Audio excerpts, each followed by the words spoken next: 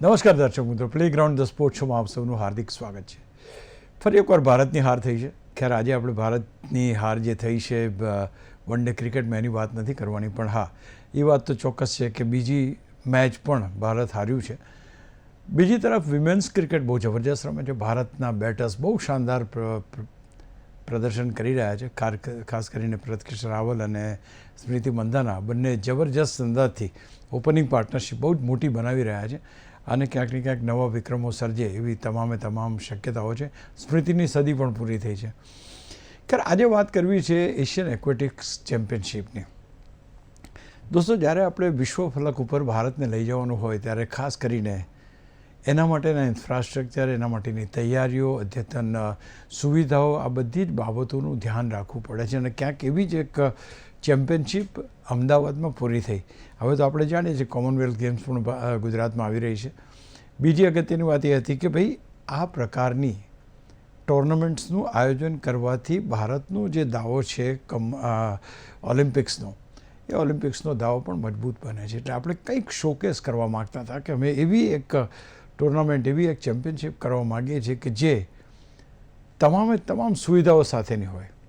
તો એવી આ જે એશિયન એક્વેટિક્સ ચેમ્પિયનશિપ જે થઈ એ બહુ શાનદાર રીતે થઈ. હમણાં થોડા વખત પહેલાં પૂરી થઈ અને ખાસ કરીને એ ટુર્નામેન્ટમાંથી એક બે વસ્તુ બહુ ઉડીને આંખે વળગી આવી. પહેલી વસ્તુ કે ભારતના જે સ્વિમર્સ છે એમણે પણ સારું પ્રદર્શન કર્યું.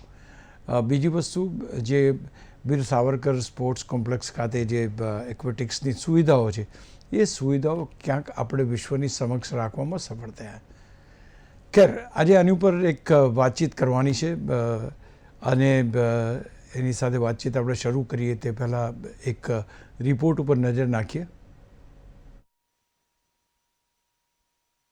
સ્વિમિંગ ફેડરેશન ઓફ ઇન્ડિયા દ્વારા સ્પોર્ટ્સ ઓથોરિટી ઓફ ગુજરાતના સહયોગથી એશિયા એક્વેટિક્સના નેજા હેઠળ 11મી એશિયન એક્વાટિક્સ ચેમ્પિયનશિપનું આયોજન તાજેતરમાં ઉદ્ઘાટન પામેલ વીર સાવરકર સ્પોર્ટ્સ કોમ્પ્લેક્સ ખાતે કરવામાં આવ્યું.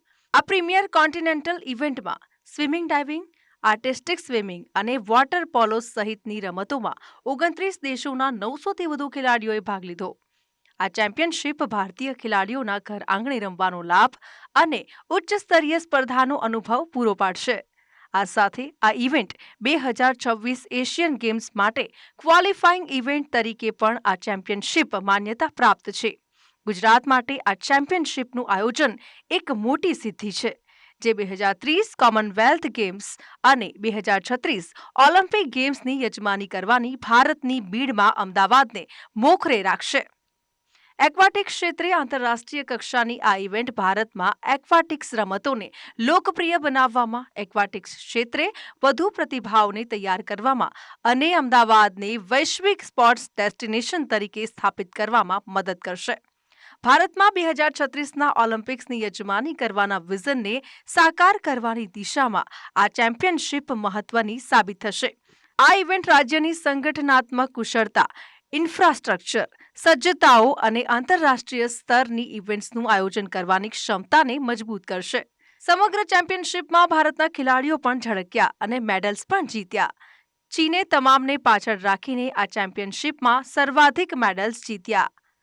વ્યક્તિગત હોય કે ટીમ ઇવેન્ટ, તમામમાં ચીને પોતાનો ઝંડો ફરકતો રાખ્યો છે. આર્ટિસ્ટિક સ્વિમિંગમાં 7 ગોલ્ડ, 2 સિલ્વર અને 2 બ્રોન્ઝ સાથે કઝાકિસ્તાન નંબર 1 પર રહ્યું હતું.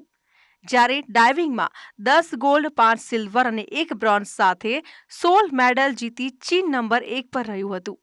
જ્યારે સ્વિમિંગમાં ફરી એકવાર 28 ગોલ્ડ મેડલ, 3 સિલ્વર અને 2 બ્રોન્ઝ મેડલ સાથે કુલ 33 મેડલ્સ જીતીને નંબર 1 પર રહ્યું હતું.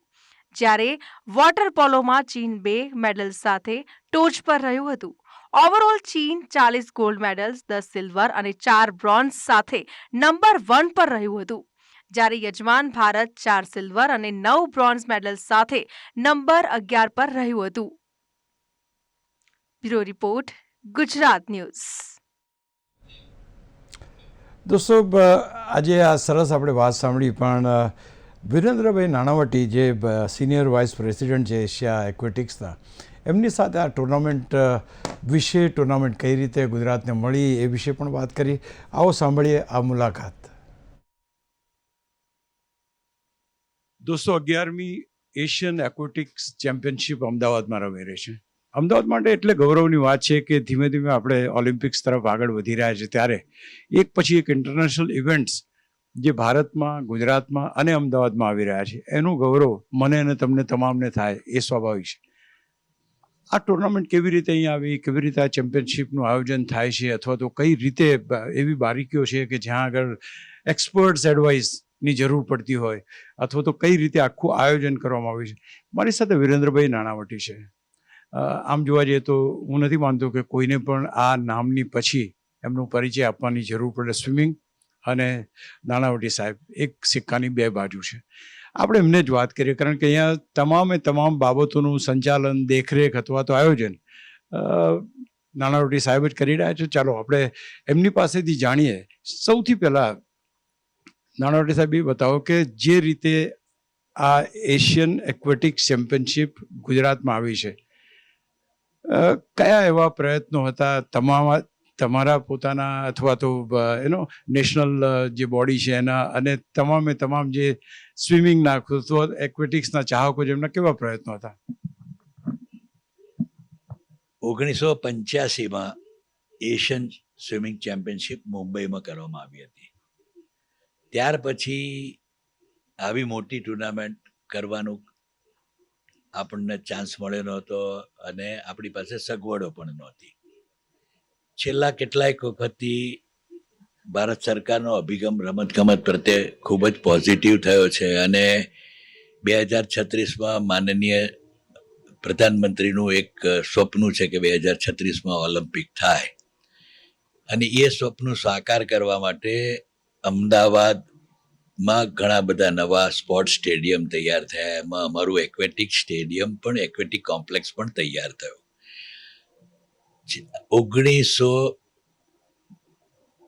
2010માં કોમનવેલ્થ ગેમ પછી મોટી ઇવેન્ટો ઇન્ડિયામાં ઓછી થઈ છે, અને જ્યારે પ્રધાનમંત્રીનો અભિગમ ગુજરાતમાં ઓલિમ્પિક લાવવાનો હોય અને ઓલિમ્પિકમાં નવા સ્ટેડિયમ થતા હોય, ત્યારે સ્વિમિંગ ફેડરેશન ઓફ ઇન્ડિયાની ઓફિસ પણ અમદાવાદમાં હોય. એટલે અમે વિચાર્યું કે જો એકાદ મોટી ઇવેન્ટ આપણે અહીંયા કરીએ તો એવું પુરવાર કરી શકીએ કે ભાઈ અમે એવી ઇવેન્ટ કરીએ છીએ કે જે ઓલિમ્પિક માટેની પૂર્વ તૈયારી માટે અમે તૈયાર છીએ એવું દેખાડી શકીએ. 2024માં એશિયા એક્વેટિક્સની કોંગ્રેસમાં એક પ્રસ્તાવ સ્વિમિંગ ફેડરેશન ઓફ ઇન્ડિયા તરફથી મૂકવામાં આવ્યો કે ભાઈ એશિયન એક્વેટિક ચેમ્પિયનશિપ ભારતને આપવામાં આવે તો અમારી તૈયારી છે. અને એશિયન એક્વેટિક્સના કોંગ્રેસમાં નક્કી કરવામાં આવ્યું કે 2025માં આ ચેમ્પિયનશિપ ભારતમાં યોજવી. એનું સ્થળ અને એની બાકીની માહિતી swimming federation of India Asia એક્વેટિક્સને ટૂંક સમયમાં આપશે, અને એ પ્રમાણેની આગળની કાર્યવાહી કરવાનું નક્કી કરવામાં આવ્યું. ત્યારબાદ સ્વિમિંગ ફેડરેશન ઓફ ઇન્ડિયા અને government of Gujarat, sports authority of ગુજરાતનો એક પત્ર મળ્યો કે ભાઈ તમે અમે મોટું કોમ્પ્લેક્સ તૈયાર કરી રહ્યા છીએ, અમે swimming pool, indoor swimming pool, diving પુલની ફેસિલિટી સાથે કરીએ છીએ, તો તમે કોઈક મોટી ઇવેન્ટ અહીંયા જો કરો તો ગુજરાત સરકાર અને સ્પોર્ટ્સ ઓથોરિટી ઓફ ગુજરાત તમને પૂરેપૂરો સહકાર આપશે અને મદદ કરશે. આ અભિગમ જોતા સ્વિમિંગ ફેડરેશન ઓફ ઇન્ડિયા એક નિર્ણય કર્યો કે ભાઈ હવે આ જે ચેમ્પિયનશિપ ભારતને આપવામાં આવી છે એ આપણે અમદાવાદમાં કરીએ, અને નવું સ્ટેડિયમ જો તૈયાર થઈ જાય અને એમાં કરવામાં આવે તો આપણે બહુ સારી રીતે આ ચેમ્પિયનશિપ યોજી શકીએ. એ સંદર્ભમાં આ નિર્ણય લેવાયો. એશિયા એક્વેટિક સાથે MOU થયું. ત્યારબાદ Gujarat sports authority of Gujarat સાથે MOU થયું અને અમારી કાર્યવાહી આગળ ચાલી. સ્વિમિંગ પુલનું ઉદ્ઘાટન તો છેલ્લા થોડા વખત પહેલાં જ થયું, પણ સરકારનો અભિગમ બહુ પોઝિટિવ હતો કે ઉદ્ઘાટન થયા પહેલાં પણ અમને ટેસ્ટ ઇવેન્ટ કરવા દીધી. વોટર પોલો, ડાઇવિંગ, સ્વિમિંગની ટેસ્ટ ઇવેન્ટ બહુ જરૂરી હતી આ ઇવેન્ટ કરતાં પહેલાં, કે ક્યાં ક્યાં શું કરવું પડે એની તૈયારી માટે ટેસ્ટ ઇવેન્ટ કરી. અને એમાં ઉદ્ઘાટન થયા પહેલાં માનનીય ગૃહમંત્રી જેમના વિસ્તારમાં કોમ્પ્લેક્સ છે એમને પણ સંમતિ આપી, માનનીય મુખ્યમંત્રીએ સંમતિ આપી, અને બધાના સકારાત્મક અભિગમથી અમે આ ચેમ્પિયનશિપનું અહીંયા અમદાવાદમાં આયોજન કરી શક્યા છીએ. ખાસ કરીને 2010ની કોમનવેલ્થની તમે વાત કરી અને કોમનવેલ્થ ગેમ્સની વાત કરી. 2010 અને 2025 આ સમયગાળામાં કેટલો બદલાવ, કારણ કે તમે તો વર્ષોથી આની સાથે સંકળાયેલા છો, કેટલો બદલાવ તમને લાગ્યો અથવા ખાસ કરીને અનુભવ્યો? 2010 ને 2025માં તો ઘણો બધો બદલાવ આવ્યો છે. રમતગમત પ્રત્યેનો અભિગમ બદલાયો છે. ભારત સરકાર પણ હાલમાં રમતગમત પ્રત્યે ખૂબ જ સકારાત્મક વલણથી કેમ આગળ વધવું, કેવી રીતે આંતરરાષ્ટ્રીય કક્ષાએ ભારતનું પ્રદર્શન સારું થાય અને એને માટે કેવી રીતની તૈયારી કરવી જોઈએ, શું મદદ કરવી જોઈએ, એને માટે ભારત સરકારનો રમતગમત વિભાગ, સ્પોર્ટ્સ ઓથોરિટી ઓફ ઇન્ડિયા ખૂબ જ સકારાત્મક રીતે કામ કરી રહી છે અને રમત મંડળોને એની મદદ કરી રહી છે, ખેલાડીઓને મદદ કરી રહી છે. એ અભિગમ જોતા જ અમે થોડુંક પગલું ભર્યું કે આપણે આવું એક સારું કામ કરીએ તો એમાં વધારે સપોર્ટ મળે. અને સ્વિમિંગ, ડાઇવિંગ, વોટર પોલો, આર્ટિસ્ટિક સ્વિમિંગની આ 4 મોટી એશિયા લેવલની ચેમ્પિયનશિપ અહીંયા કરવાનું અહોભાગ્ય અમને સાંપડ્યું. એ આ સગવડને લીધે અમે કરીએ છીએ, સગવડને લીધે અમે કરી શક્યા છીએ. અને ખાસ અગત્યની વાત મારે એ કહેવાની છે કે જ્યારે આપણે ઓલિમ્પિકની વાત કરતા હોઈએ કે ભાઈ ઓલિમ્પિક ભારતમાં આવે, ગુજરાતમાં આવે, અમદાવાદમાં આવે, ત્યારે અમે આ જે ટુર્નામેન્ટનું જે આયોજન કર્યું છે એ આયોજન વર્લ્ડ ક્લાસ રીતે થાય, એના માટેની જે કોઈ વર્લ્ડ ક્લાસ રીતની તૈયારી કરવી પડે એ રીતની તૈયારી કરી અને એનું આયોજન કર્યું છે. વર્લ્ડ ચેમ્પિયનશિપની કોપી કરી છે અથવા તો ઓલિમ્પિક ગેમની કોપી કરીને આ ઇવેન્ટ કરી છે, જેથી આનો એક મેસેજ નેશનલ ઓલિમ્પિક કમિટી પાસે પણ જાય, ઇન્ટરનેશનલ લેવલે પણ જાય કે ભાઈ ઇન્ડિયામાં આવી ઇવેન્ટ કરી શકાય છે અને ભવિષ્યમાં કોઈ બીજી ઇવેન્ટ કરવી હોય તો એ પૂરેપૂરી તૈયારીમાં ભારત છે એ દેખાડી શકાય એવો પ્રયત્ન સ્વિમિંગ ફેડરેશન ઓફ ઇન્ડિયા અને અમે બધાએ કર્યો છે. ખાસ કરીને વેન્યુની આપણે વાત કરીએ, જે રીતની વ્યવસ્થા તંત્ર છે, જે રીતે ઇન્ફ્રાસ્ટ્રક્ચર બનાવવામાં આવ્યું છે, જે રીતે અલગ અલગ સ્વિમિંગ પુલ્સ બન્યા છે, જે અલગ અલગ એક્વેટિક્સની રમતો રમાય છે, કેવો ફીલ આવે છે? અથવા તો તમારી સાથે જેમણે પણ વાતચીત કરી હશે અથવા તો જેણે ડિસ્કસ કર્યું હશે અથવા તો પોતાના ફીડબેક આપ્યા હશે, ઓવરઓલ ફીડબેક ઇન્ટરનેશનલી તમને કેવા મળ્યા છે? આ ચેમ્પિયનશિપ જ્યારે કરી 29 એશિયાના 29 દેશોના હરીફો આમાં ભાગ લેવા આવ્યા છે અને બ્રાન્ડ ન્યૂ ઇન્ફ્રાસ્ટ્રક્ચર છે, સ્ટાન્ડર્ડ ઇન્ફ્રાસ્ટ્રક્ચર છે, સાધનો બધા નવા વસાવ્યા છે આ કોમ્પિટિશન માટે. અને બધા જ દેશો સ્વિમિંગની ઇવેન્ટમાં જે દેશો ભાગ લેવા આવ્યા હતા, લગભગ 22 કન્ટ્રીમાંથી સ્વિમર્સ ભાગ લેવા આવ્યા, એમના કોચિસ આવ્યા, એમના ઓફિશિયલ્સ આવ્યા, એ બધા આ વ્યવસ્થાની, આ કોમ્પિટિશન મેનેજમેન્ટના ખૂબ જ વખાણ કર્યા છે અને કોઈક જગ્યાએ એક પણ ટીકા આજ સુધી સાંભળવામાં આવી નથી. એક પણ સૂચન કરવા કોઈના તરફથી એવું નથી કે ભાઈ આ તમે આ નથી કર્યું અને આ બાકી છે, એવી કોઈ વાત આજ સુધી આવી નથી.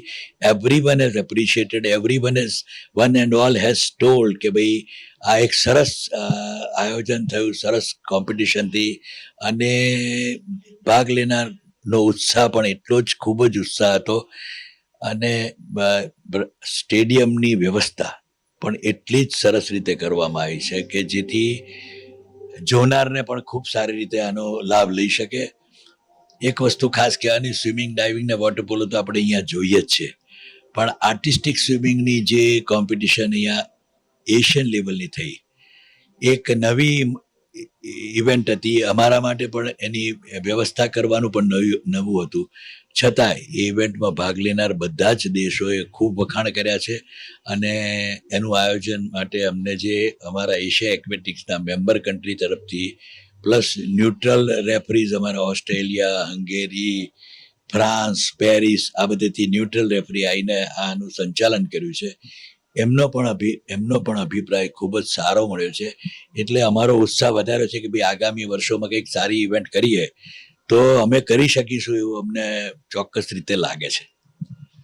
હવે હું થોડીક ઇન્ડિયન વાત કરીશ. ભારતમાં સ્વિમિંગ તો ભારતમાં એક્વેટિક્સ ચેમ્પિયનશિપ અથવા તો એક્વેટિક્સના જે અલગ અલગ ઇવેન્ટ્સ છે, એ ઇવેન્ટ્સની અંદર ભારત કેટલા ઇવેન્ટ્સમાં ભાગ લે છે? ધારો કે 100 ઇવેન્ટ્સ એક્વેટિક્સના થતા હોય તો કેટલી ઇવેન્ટ્સ એવી છે કે જેમાં ભારતીય ટીમ બહુ જેને કહેવાય ને કે એક વિશ્વાસપૂર્વક ભાગ લઈ શકે છે અથવા તો ક્યાંક ને ક્યાંક સારું કરી શકે છે? એવા કયા કયા ઇવેન્ટ્સ છે? સ્વિમિંગ ફેડરેશન ઓફ ઇન્ડિયાએ અત્યાર સુધી 3 વસ્તુમાં કોન્સન્ટ્રેશન કર્યું હતું. એક સ્વિમિંગ, એક ડાઇવિંગ અને ત્રીજું વોટર પોલો. સ્વિમિંગમાં સતત પ્રયત્નો, ટ્રેનિંગ પ્રોગ્રામ અને આ બધું ભારતમાં જુદા જુદા રાજ્યોમાં એકેડેમી, સ્પોર્ટ્સ ઓથોરિટી ઓફ ઇન્ડિયાના ટ્રેનિંગ પ્રોગ્રામ, કોચિંગ કેમ્પના રીતે સતત ચાલતું જ રહે છે, સ્વિમિંગ, ડાઇવિંગ અને વોટર પોલોના.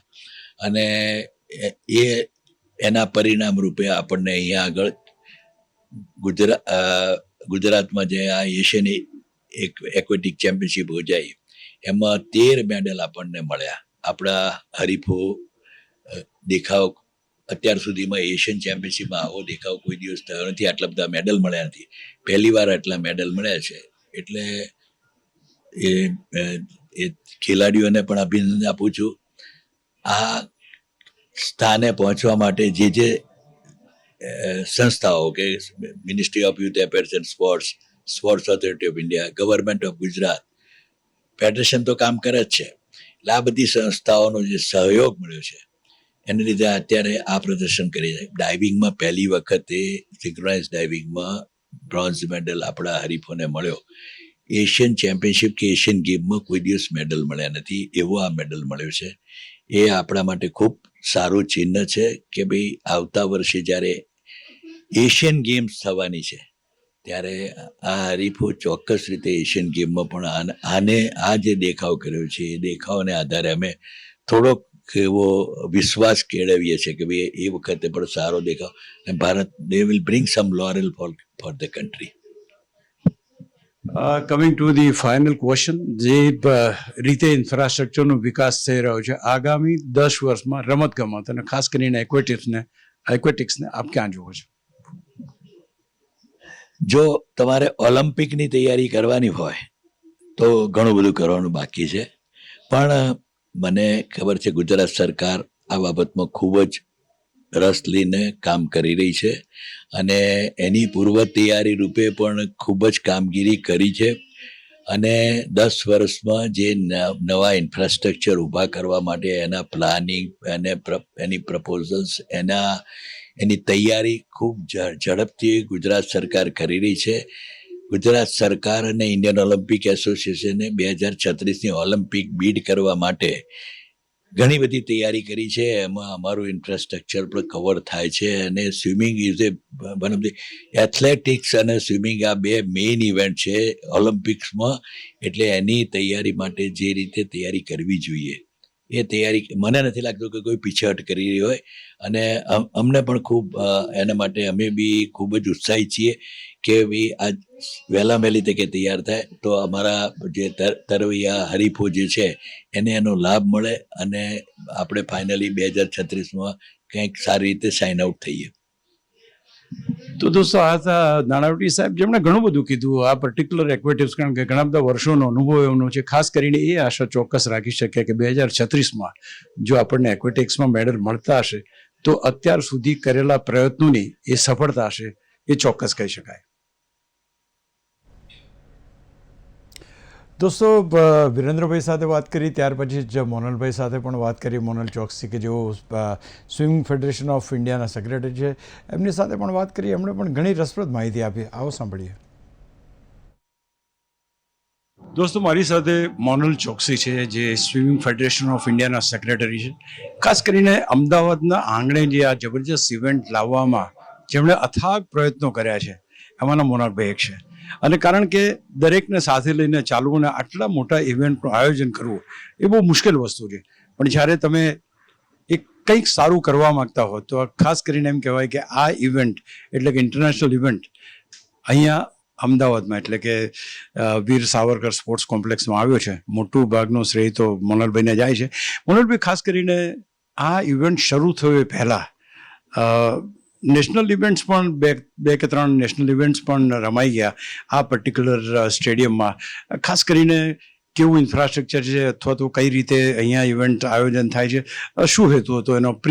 જેને કહેવાય ને કે મેચ શરૂ થતાં પહેલાંની પ્રેક્ટિસ જે હતી એવું કહી શકાય? હાજી, આમાં આપણે જે આપને સૌને ખબર છે કે આ વેન્યુ તાજેતરમાં કન્સ્ટ્રક્ટ થઈને તૈયાર કરવામાં આવેલું છે અને આગામી ફ્યુચર માટે આ વેન્યુ અહીંયા આગળ જે આ વીર સાવરકર કોમ્પ્લેક્સ નારણપુરામાં ક્રિએટ કર્યું છે ત્યાં ઇન્ટરનેશનલ ઇવેન્ટ્સ લાવવાનું પ્રયોજન જ્યારે આ વેન્યુ ડિઝાઇન થઈ રહ્યું હતું, પ્લાન થઈ રહ્યું હતું તે સમયથી છે.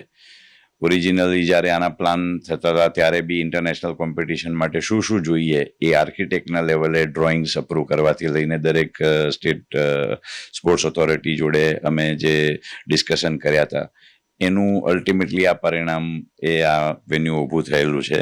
પરંતુ નવા વેન્યુમાં નાની મોટી તો અડચણો આવે અને એ ના ઇન્ટરનેશનલ ઇવેન્ટ વખતે કોઈ બી એવા ઇશ્યુઝ ના ઊભા થાય તે આશયથી આપણે ટેસ્ટ ઇવેન્ટ તરીકે અહીંયા આગળ 2 નેશનલ લેવલની કોમ્પિટિશન કરેલી હતી. ડાઇવિંગ, વોટર પોલોની બી કરી અને સ્વિમિંગની બી જુનિયર કક્ષાની ઇવેન્ટ કરી. તેથી આપણાને આ ઇન્ટરનેશનલ ઇવેન્ટની શરૂઆત પહેલાં કંઈ બી નાના મોટા પ્રોબ્લેમ્સ હોય કે જે બી ઇશ્યુઝ હોય જેને આપણે આઈડેન્ટિફાઈ કરી શકીએ અને રિઝોલ્વ કરી શકીએ સો દેટ આપણી ઇન્ટરનેશનલ ઇવેન્ટ એક સારામાં સારી રીતે થઈ શકે એ આશયથી આપણે આ ટેસ્ટ ઇવેન્ટ્સ તરીકે કરેલી હતી. અને સારું થયું કારણ કે એનાથી આપણાને જેટલા બી ઇશ્યુઝ હતા એનું ધ્યાન આવી ગયું, એને આપણે ટાઈમલી રિઝોલ્વ કરી શક્યા અને અલ્ટિમેટલી આપણી આ જે ઇન્ટરનેશનલ ઇવેન્ટ છે એમાં જે 29 દેશોથી લોકો આવેલા છે બધાએ બહુ જ એપ્રિશિએટ કર્યું છે કે વર્લ્ડ ક્લાસ વેન્યુમાં વર્લ્ડ ક્લાસ રીતે આ ઇવેન્ટ આપણે કરી શક્યા. એક ખાસ તમે જે કહ્યું કે ટેસ્ટ ઇવેન્ટ્સ કર્યા અને ત્યાર પછી આ એશિયન એક્વેટિક્સ ચેમ્પિયનશિપ અહીંયા લાવ્યા, હવે જે લગભગ પતવા આવી છે એમ કહે તો ચાલે, અત્યાર સુધીનો ફીડબેક તમને કેવો મળે? ખેલાડીઓ પાસેથી, કોચિસ પાસેથી, રેફરીઝ પાસેથી, ટેકનિકલ જે એસ્પેક્ટ જે જોતા હોય એ વ્યક્તિઓ પાસેથી, what is the overall impact આપણું ઇન્ટરનેશનલ લેવલે ગુજરાતનો, અમદાવાદનો કેવો જઈ રહ્યો છે? સારામાં સારો જઈ રહ્યો છે. આપણે જે અહીંયા આગળ ટેસ્ટ ઇવેન્ટ કરી એ સમયે આપણા ઇન્ડિયાના જેટલા બી કોચિસ ને ઇન્ડિયાના પ્લેયર્સ અહીંયા આવેલા એ લોકોએ તો ખૂબ જ એપ્રિશિએટ કરેલું જ હતું. પણ એ જુનિયર કક્ષાની કોમ્પિટિશન હતી. ત્યાર પછી આપણે એક પૂરા મહિના માટે India team water polo, India team diving, India team સ્વિમિંગના કેમ્પ આપણે આ ઇવેન્ટના પ્રિપેરેશન માટે કર્યા. આ ઇવેન્ટ ચાલુ થઈ એના 1 મહિના પહેલાંથી.